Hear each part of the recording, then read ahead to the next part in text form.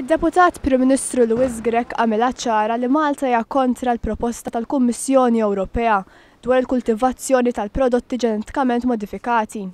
Huwa saħaq li hemm evidenza xjentifika li titkellem dwar l-effetti negattivi fosthom fuq l-ambjent u r-riski marbuta mas-saħħa.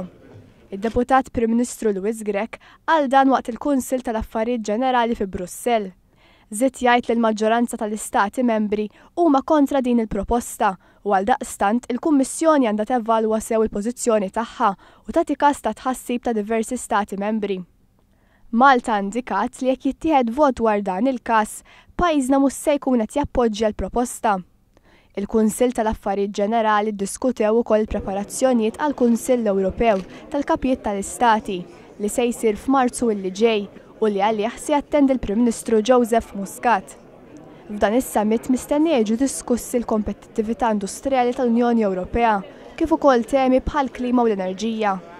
Min-naħa tiegħu id-Deputat Prim Ministru Louis Grech saħaq li importanti li Malta tipparteċipa b'mod attiv fid-dibattiti.